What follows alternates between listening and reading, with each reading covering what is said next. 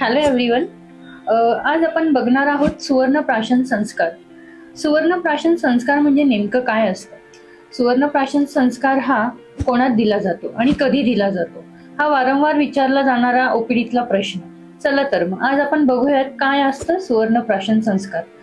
सुवर्णप्राशन संस्कार हा केव्हा केला जातो? सुवर्णप्राशन संस्कार हा जन्मल्यापासून वयाच्या 16व्या वर्षापर्यंत केला जाऊ शकतो.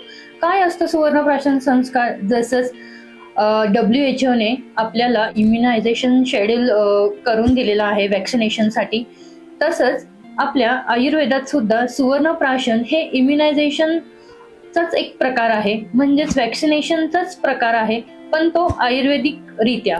सुवर्णप्राशन संस्कार कधी केला जातो? सुवर्णप्राशन संस्कार हा महिन्याच्या प्रत्येक पुष्य नक्षत्राला केलेला कधीही चांगला असतो.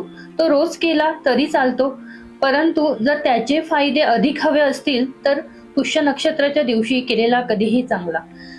सुवर्णप्राशन संस्कार कसा तयार केला जातो किंवा सुवर्णप्राशन कसं तयार केलं जातं? सुवर्णप्राशन तयार करताना काय काय औषधी वापरल्या जातात? सुवर्णप्राशन जेव्हा आपण बनवलं जातं आयुर्वेदिक रित्या, तेव्हा सोन्याचा भस्म आपण यूज करतो. तो व्यवस्थित प्रोसेड केला जातो एका आयुर्वेदिक फार्मास्युटिकल नॉर्मनुसार, आणि त्यात आपण टाकतो काही मेद्य द्रव्य जसे की ब्राह्मी, शंखपुष्पी, वचा इत्यादी.